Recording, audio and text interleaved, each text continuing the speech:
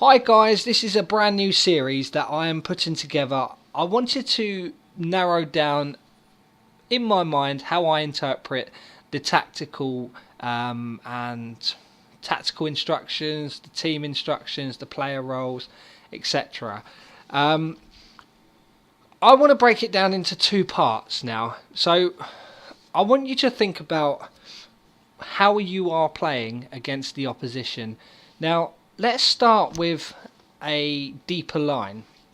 Now, when you are playing a deeper line, say we're playing like this, for example, to begin with, what you need to be doing is focusing on, first of all, where your ball's being won from. So you need to make sure that your central midfielders and your fullbacks who play on support.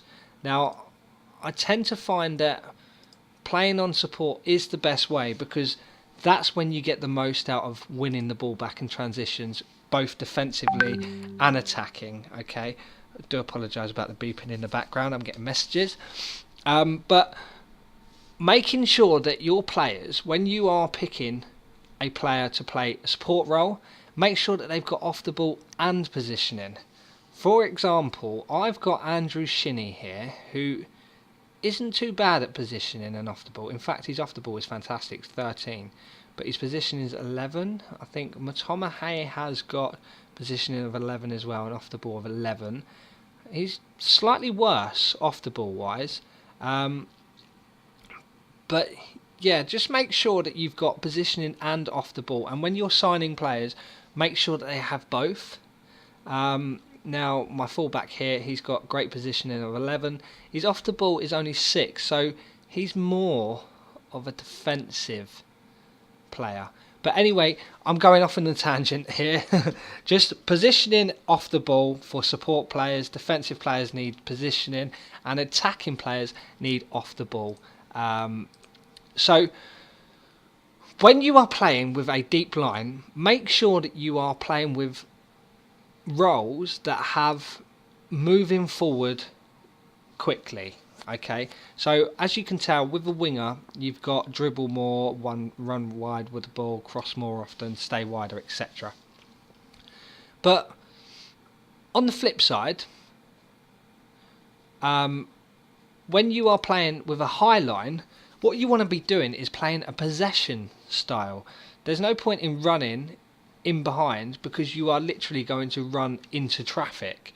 If you've got an opposition team, for example, I've got a game coming up in my Whitehawk save. We won't talk about this one.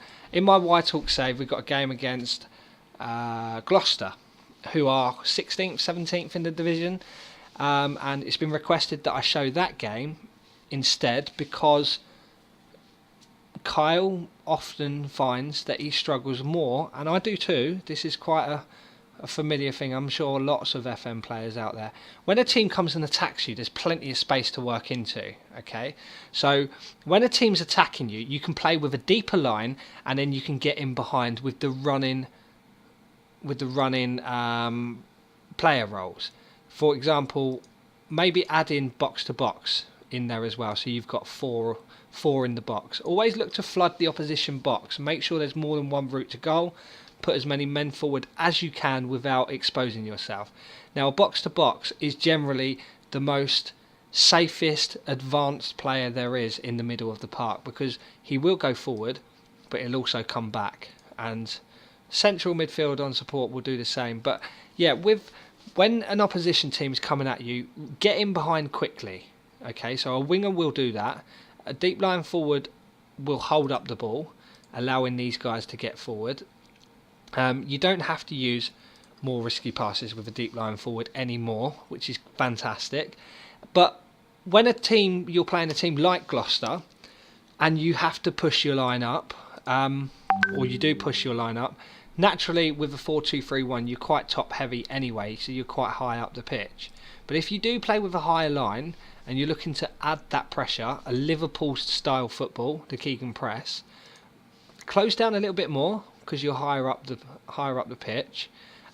Look after the ball with a more defensive mentality. You don't need to be playing attacking because the ball passes will be very advanced and very quick. So the back line would play a pass out, and the front guys will pass direct through balls. They're looking to pass into space naturally without that button pressed on attacking, okay? But if you go with a counter, then you will look after the ball. It'll be more possession. And that's how I get... You've seen some of the goals that we've scored.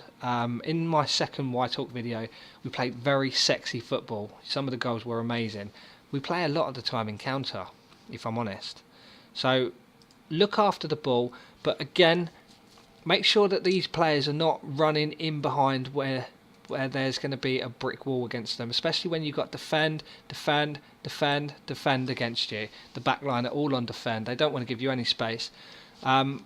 I quite like this variation of the 4-2-3-1, and I tried it the other day, where I was using an inside forward, which does run, but he's going to run diagonally in. I had this guy on defend. I had him supporting. I let him sit narrower, so he was operating around here, and then obviously this guy is helping out with his massive pace coming forwards. But then I put this guy on a shadow striker with the false 9. Now what this will do, and this is fantastic, is the false 9 will suck the defenders out of position, allowing this guy to run in behind if he's on attack. If he's on support, he will come here and then he will look for a through ball, but you need an advanced advanced forward or poacher to be running onto that. So he needs to be that guy who's going to score the goal, otherwise he's going to take a shot from long and the options are not going to be there. So yeah, the false 9 will suck the defenders out. You've got him running in behind, and then also the shadow striker is actually a false 10. So he looks like a central midfielder, cam player, but he actually turns out to be your biggest goal threat, as the role explains. Okay, so yeah, shadow striker operates as the team's main goal scoring threat, and he will do that from deep, and that is, in a nutshell, the role that Wayne Rooney would play. So yeah, when you're up high and you're in their faces, make sure you're playing a possession style football, looking after the ball. If they've got D-mids, make sure these guys stay back. Don't get up here in their faces, because he would just get caught out and lose the ball. If you play an advanced playmaker, make sure it's all low. Keep the ball winner there so he can win the ball back. Have a defender here, maybe on stopper because there's no D-mid. You've got a cover here with the guy with very quick pace. He's covering for him getting lost. The ball winner will support as well, and the deep line playmaker is around here as well. Now, because we're playing on a fluid mentality, it does mean that the team is going to be quite compressed. So everyone's going to be around each other. They will come back as a unit. They'll get forward as a unit. And this is a really good variation of pushing in their faces against those teams that don't want to come out. You can, if you want to, if you really want to overwhelm, change this to a box-to-box. Let him come forward. But a ball-winning midfielder does get involved, and they like to score goals. On my Brighton save with Kyle, he's a ball-winning midfielder. He's brilliant. He's my favourite player for Brighton because he does that so well. They do tend to come forwards, so if you allow them, make sure you've got somebody on more risky passes. This guy is my man for that. He's got a vision of 12. He's passing 13. His technique is only 10, so that is a little bit of a downfall. Matomahay, he's got vision of 7. So if anything, I would probably... he's got more risky passes on, but he shouldn't have. He should be fewer risky passes. Look after that ball for us and let him do that with the more risky passes.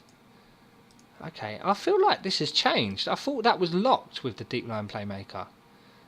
And also with the deep line forwards, didn't they have more risky passes? Ah, okay, so it's the support role that has it locked. I get it, and then the attack role doesn't. Get it. Okay. Yeah, so give that a whirl, guys. Let me know what you think, but obviously tailor it to your team. What I don't want you to do is think that, like every other tactical creator out there that goes, this is the best tactic since sliced bread. It ain't. No tactic is brilliant. Only works with your team based on your stats, based on your ideas. You can't shoehorn Barcelona's tactics into Bolton Wanderers and expect them to play like them. They haven't got the players for a start. The roles might not fit the team, and it's just ridiculous when you see these. I've seen one today where apparently it breaks the game.